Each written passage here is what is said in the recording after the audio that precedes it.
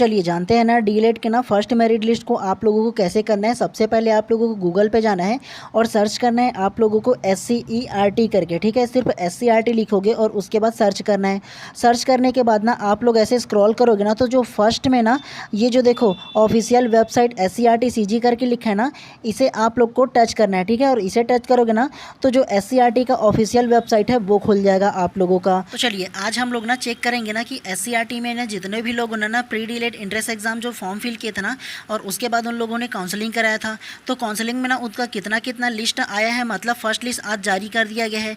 और first list में ना कितना कितना कौन से कॉलेज का रैंक गया है ना, इसको जानेंगे। तो सबसे पहले ना आप लोग ना इस प्रकार से ना SCERT के वेबसाइट में पहुंच गए और पहुंचने के बाद ना आप लोगों को ना ये जो फर्स्ट में ना आप लोगों का होम टैब करके दिया है ना, आप लोगों को नहीं नजर आ रहा होगा, ठीक है। कॉर्नर में होम का बटन दिया है ना, उसे आप लोग सबसे पहला प्रेस करोगे, ठीक है। और दबाओगे ना तो कुछ टाइम के बाद इस प्रकार से ना आप लोगों का जो इंटरफेस है वो नया दोबारा से खुल जाएगा। और उसके बाद आप लोगों को क्या करना है, आप लोगों को ये देखना है कि ये देखो बीएड डीएड ऑनलाइन काउंसलिंग करके यहाँ पास दिया है ना, तो यहाँ पास आप लोग देखो अगर बीएड के देखना चाहोगे ना तो बीएड का आप लोग फर्स्ट में डर के देख सकते हो उसका काउंसलिंग में कितना लिस्ट है वो। और उसके बाद अगर डीएलएड का देखना चाहोगे ना तो सेकंड में ये जो है ना उसको आप लोग क्लिक करोगे ना तो डीएलएड का जो कॉलेज है ना उसमें फर्स्ट लिस्ट में कितना कितना रैंक है ये पता चलेगा, ठीक है। तो चलिए सबसे पहले हम लोग डीएलएड का चेक करेंगे। तो चेक करने के लिए जैसे मैं क्लिक किया ना तो इस प्रकार से जो इंटरफेस है दोबारा से ओपन हो गया। और यहाँ पास देखो ये जो देखो डीएलएड ऑनलाइन काउंसलिंग 2025-26 हेतु लिंक करके दिया है ना, तो यहाँ पास हम लोग क्लिक करेंगे, ठीक है। तो इसमें मैं क्लिक करता हूँ। जैसे ही मैं क्लिक करता हूँ ना तो थोड़ा सा बफरिंग लेगा, उसके बाद ना फिर उसका इंटरफेस नया वाला ओपन हो जाएगा।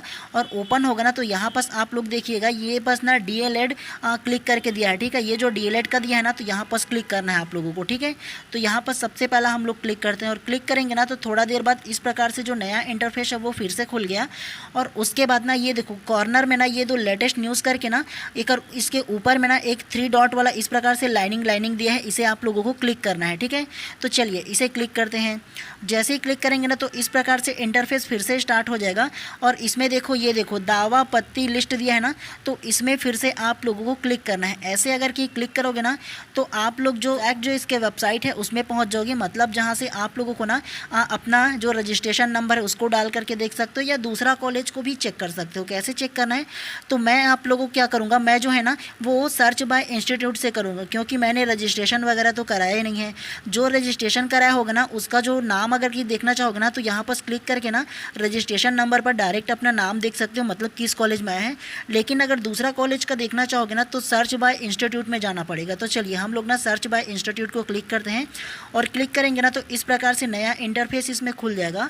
और खुलेगा तो सबसे पहला इसमें लिखा है कोर्स का नाम लिखा है ना, तो इसको हम लोग क्लिक करेंगे ना तो इसमें कोर्स का नाम डालेंगे, यहाँ पास इंस्टीट्यूट का नाम डालेंगे और तीसरा में ना फेस का नाम डालेंगे। फेस मतलब जो पहला फेस आया हुआ है वो डालेंगे। चलिए सबसे पहला ना कोर्स का नाम डालते हैं। कोर्स में हम लोग ना क्या करें डीएलएड करेंगे, तो ये डीएलएड इसमें फिल हो गया। दूसरा में सर्च करते हैं इसका इंस्टीट्यूट, तो कौन सा इंस्टीट्यूट हम लोग देखना चाहते हैं, तो इंस्टीट्यूट में ना मैं मान के चलो BTI बिलासपुर जो है वो देखना चाहता हूँ। तो क्या सर्च करूँगा, BTI करके करूँगा तो इसमें आ जाएगा। तो जैसे ही मैं BTI करके ऐसे लिखा ना तो जितना भी BTI है, जैसे BTI डोंगरगांव वो दिख गया, BTI पत्थलगांव दिख रहा है वो भी नजर आएगा। उसके अलावा BTI बिलासपुर करके, तो ये जो BTI बिलासपुर है उसे मैंने फिल कर दिया, ठीक है। उसके बाद नीचे में फेस दिया, तो फेस कौन सा है हमारा, तो फेस पहला है तो पहला कर दिया। उसके बाद देखना चाहना तो ये देखो कॉर्नर में ना एक रीसेट करके दिया और उसके बगल में ना सर्च करके ऑप्शन दिया है। आप लोगों को कम दिख रहा होगा, ठीक है, क्योंकि क्रॉप होने के कारण नहीं दिख रहा होगा। तो इस प्रकार से सर्च में जाओगे ना तो सीधा ना ये सर्च करके देगा जो कॉलेज में जितना भी लिस्ट है उसके बारे में, ठीक है। तो जैसे ही मैं सर्च में गया ना देखो इस प्रकार से नया जो इंटरफेस है वो खुल गया, मतलब BTI बिलासपुर जो गवर्नमेंट कॉलेज है 50 सीट का जो गवर्नमेंट कॉलेज है ना BTI का ना, तो उसको दिखा दिया। सबसे पहला को देखना चाहना तो देखो फर्स्ट में किसका नाम आया है, फर्स्ट में गजेंद्र ओगरे करके जो नाम है ना वो उनका आया है। जो मार्क्स को देखना चाहो ना तो कुल प्राप्तांक दिया देखो 87 नंबर में इसका फर्स्ट में सिलेक्शन हुआ है, ठीक है। और उसके अलावा ये जो CG डोमेंशियल मतलब छत्तीसगढ़ के मूल निवासी है तो यस लिखा है, यस का सिर्फ वाई लिखा रहता है। और इसका जो सिलेक्शन हुआ ना UR में हुआ, मतलब अनरिजर्व कैटेगरी में, ठीक है।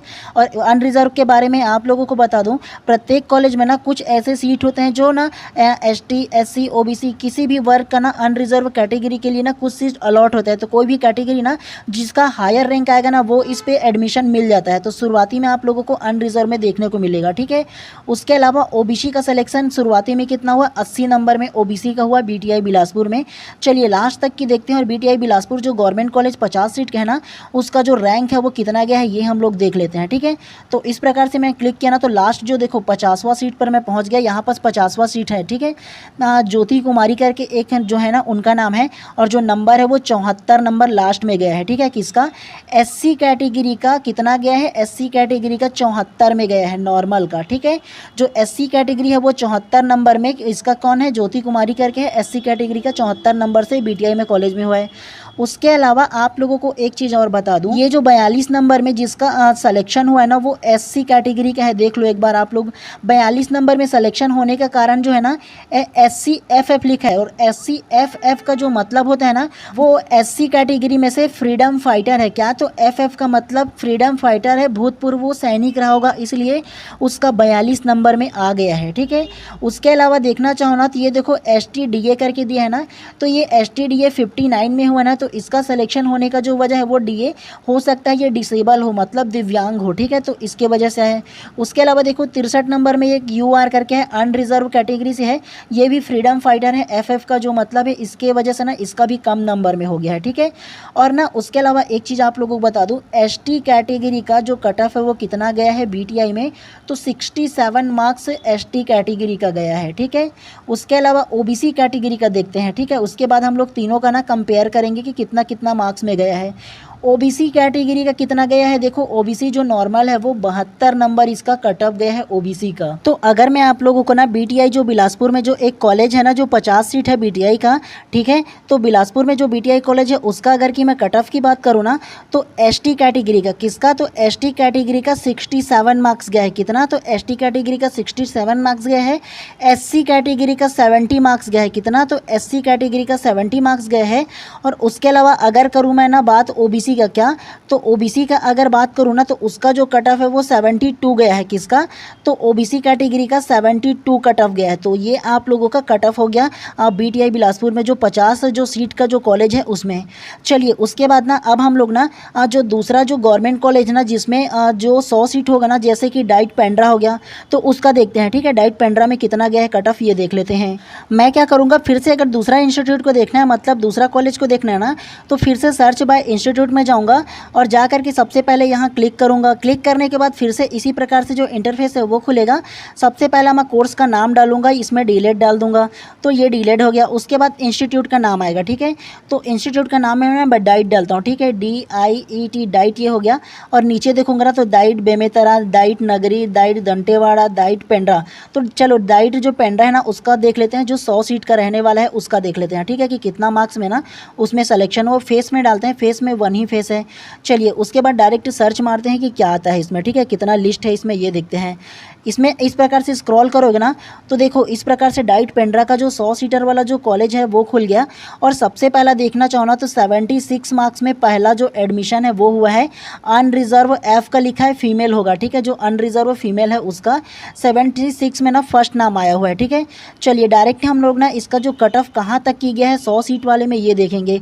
और मैं आप लोगों को इसलिए हमेशा बोलता था कि आप लोग ना जो 100 सीट वाला कॉलेज जो होगा ना उसमें डालिए, दूरस्थ इलाके में ना, तो वहाँ आप लोगों का ज़्यादा जाएगा। लास्ट को देखेंगे ना तो हम लोग को पता चल जाएगा। ठीक है, क्योंकि इसमें 100 सीट का होने वाला है। तो चलिए सबसे पहले अगर देखना चाहो ना तो ये देखो 100वें नंबर पर ना 63 मार्क्स आया हुआ है। किसका? तो एससी कैटेगरी का जो कट ऑफ है ना वो एससी कैटेगरी का 63 नंबर गया है डाइट में। कौन सा डाइट में? तो डाइट जो पेंड्रा है ना उसमें एससी कैटेगरी का कितना गया है? तो एससी कैटेगरी का 63 मार्क्स गया है। ठीक है, एससी का। चलिए उसके अलावा ना एसटी एससी ओबीसी को और भी देख लेते हैं कि हाँ ओबीसी का कितना गया है। देखो जस्ट इसके ऊपर में ओबीसी कैटेगरी का भी दिया है। ये देखो ऊपर में जस्ट इसके ओबीसी कैटेगरी का 64 मार्क्स में किसका है? ओबीसी कैटेगरी का 64 गया है। ठीक है, चलिए उसके अलावा देखना चाहो ना तो एसटी कैटेगरी का कितना गया है? तो एक्सटी कैटेगरी का 61 गया है। कितना? तो एसटी कैटेगरी का ना 61 मार्क्स गया है। ये जो डाइट पेंड्रा है ना उस कॉलेज में। अगर ओवरऑल कट ऑफ की बात करूँ ना एसटी एससी का कितना गया है, तो एसटी कैटेगरी का जो कट ऑफ जो पहला गया है वो 61 एक्सटी कैटेगरी का गया है। उसके अलावा एससी कैटेगरी का जो कट ऑफ है ना वो 63 गया है। कितना? तो 63 एससी कैटेगरी का गया है। और ओबीसी कैटेगरी का जो कट ऑफ गया है ना वो 64 गया है। कितना? तो 64 ओबीसी का गया है। एसटी का 61, एससी का 63 और ओबीसी का 64। लगभग अगर गवर्नमेंट कॉलेज को देखो ना तो 60 प्लस है, मतलब 60 नंबर से ऊपर ही गवर्नमेंट कॉलेज का जा रहा है। ठीक है, इसी प्रकार से ना आप लोग ना विभिन्न कॉलेज का अलग अलग प्रकार से देख सकते हो, जितने भी कॉलेज में आप लोग अगर नाम डाले होंगे तो। चलिए अब हम लोग ना एक आध कॉलेज ना प्राइवेट कॉलेज को भी देख लेते हैं। तो चलिए अब हम लोग ना कोई भी ना प्राइवेट कॉलेज को देख लेते हैं, जो बिलासपुर का ही नॉर्मल, उसको देख लेते हैं। ठीक है, फिर से हम लोग सर्च बाय इंस्टीट्यूट में गए और जाने के बाद ना फिर से कोर्स वाले में गए, डीएलएड में चले गए। और उसके बाद ना जब इंस्टीट्यूट का नाम जो है ना वो कौन सा देखे, तो चलिए डीपी विप्र जो कॉलेज, ये जो लिस्ट है ना उसको देख लेते हैं। ये एक प्राइवेट कॉलेज है और यहाँ कितना नंबर में सिलेक्शन हुआ है इसको भी देख लेते हैं। तो हम लोग डीपी विप्र को इस प्रकार से चूज़ करते हैं और उसके बाद ना फिर फेस को चूज़ करते हैं। तो फेस 1 है तो ये कर दिया। उसके बाद डायरेक्ट फिर से सर्च में चले जाएंगे, कुछ टाइम बफरिंग के बाद इस प्रकार से खुल जाएगा। और डीपी विप्र जो प्राइवेट कॉलेज है उसमें नाम को देखोगे ना तो सबसे पहला देखो 76 मार्क्स में ना फर्स्ट नाम आया हुआ है। और ये जो आवंटन का जो कैटेगरी जो दिया है ना ओएस दिया है। ओएस का जो मतलब होता है ना अदर स्टेट होता है, मतलब छत्तीसगढ़ से जो बाहर वाले जो लोग होते हैं ना, और वो लोग अगर छत्तीसगढ़ के अंदर डीलेट करना चाहते हैं ना तो प्राइवेट कॉलेज से वहाँ से कर सकते हैं। तो ये जो हायर रैंक है ना उनका है। ठीक है, मतलब अदर स्टेट से है। ठीक है, वो कोई भी राज्य हो सकता है छत्तीसगढ़ को छोड़ करके। तो शुरुआती में देखो ये जो ओएस दिखा है ये तमाम जो है ना वो अदर स्टेट के हैं। ठीक है, और यूआर का मतलब भी आप लोग को बताया था ना, अनरिजर्व कैटेगरी से है, मतलब ये यहीं का होगा। ठीक है, चलिए उसके अलावा ना हम लोग नेक्स्ट को देखते हैं, लास्ट में इसका कितना कट ऑफ गया तो हम लोगों को पता चल जाएगा। और ये जो कॉलेज जो है ना डीपी विप्र कॉलेज ना उसमें टोटल 50 सीट है। तो 50वां नंबर में देखना चाहो ना तो 64 मार्क्स में किसका है, एसटी कैटेगरी का 64 मार्क्स में है। कितना? तो 64 मार्क्स में ना एसटी कैटेगरी का आया हुआ है। ठीक है, चलिए उसके अलावा दूसरे कैटेगरी का भी देख लेते हैं कि उनका सिलेक्शन कितना है।